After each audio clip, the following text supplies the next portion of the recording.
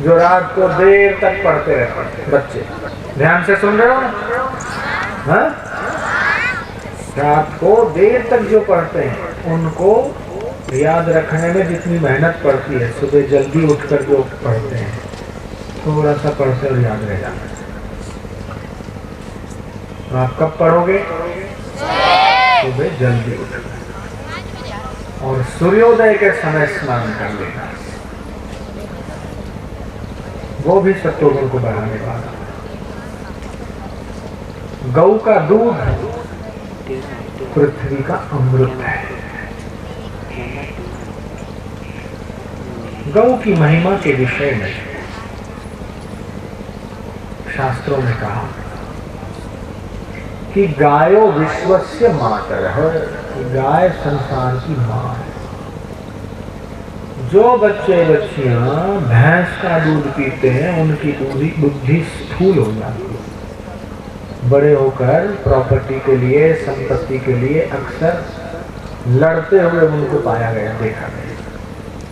क्योंकि भैंस में स्वार्थ है, वो घास को देख कर दूध देती है और जो गाय है वो बछड़े को देख कर दूध देती है। तो गाय में वात्सल्य है। गाय को जानवर जो लोग कहते हैं उन्होंने गाय की महिमा समझी ही नहीं, जानी ही नहीं, इसलिए वो गाय को जानवर बोलते हैं। गाय जानवर नहीं। कोई ऐसा पशु हो कि जिसको माता के नाम से हमने पुकारा हो तो वो है गाय, और कोई ऐसा देश हो कि जो माता के रूप में पुकारा जाता हो तो वो है भारत। जयराम जी, आपने नहीं सुना होगा, मैंने भी नहीं सुना, पत्रकारों ने भी नहीं सुना होगा और दूसरे लोगों ने भी नहीं सुना होगा कि चीन माता है। सुना है क्या? अमेरिका माता है, या लंदन माता है, या यूरोप माता है, या श्रीलंका माता है। पाकिस्तान माता होने का तो सवाल ही पैदा नहीं। कोई जर्मन माता है ऐसा हमने और आपने नहीं सुना। यही सुना है कि भारत माता है। क्यों भारत माता है? क्योंकि भारत सबको निभाता है, इसलिए भारत माता है। विभिन्न प्रकार के धर्म वाले, विभिन्न प्रकार की संस्कृति वाले, सभ्यता वाले, पंथ वाले, मत वाले यहाँ आकर आश्रय पाते हैं।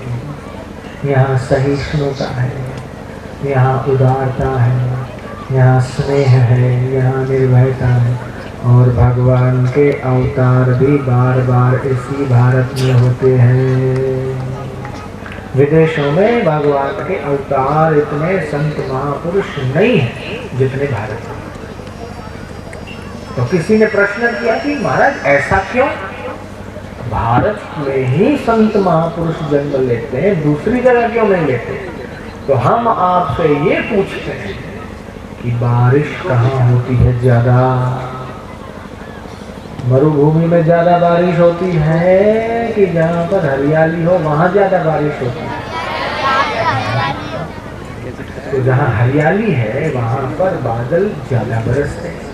वो हरियाली बादलों को आकर्षित करती है, खींचती है और बार बार मेघ वहाँ पर बरसने को बाध्य हो जाते हैं।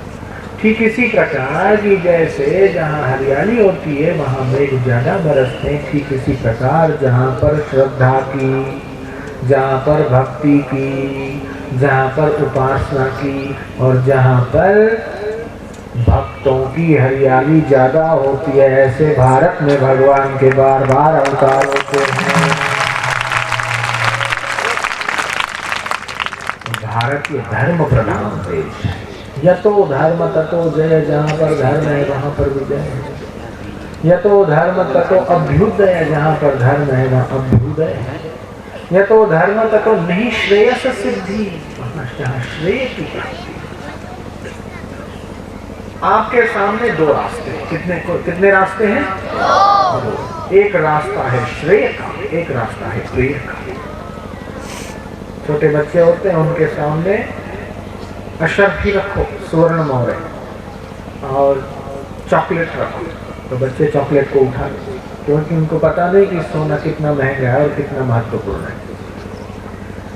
तो कल्याण किसमें है वो कम देखते हैं, लेकिन जो अच्छा लगता है प्रेम, जिसमें प्रीति होती है वो जल्दी उठा लेते। लेकिन जो सूझबूझ बढ़ती है, बड़े होते हैं, क्यों चॉकलेट का महत्व कम होता जाता है और स्वर्ण का महत्व बढ़ जाता है।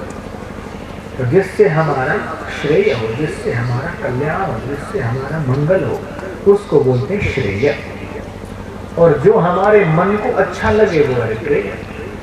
तो प्रेय का मार्ग तो हम जन्म जन्मों से करते आ रहे हैं और इसलिए मन हमको बार बार भटकाता है, भरमाता है।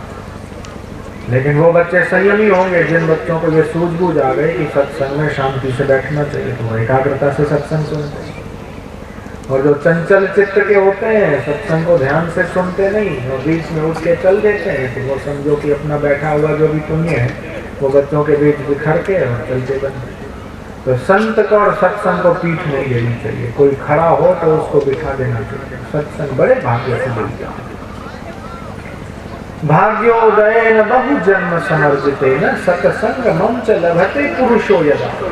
तब मनुष्य के जीवन में सत्संग का प्रादुर्भाव होता है। तो नारद जी भगवान का संग करते हैं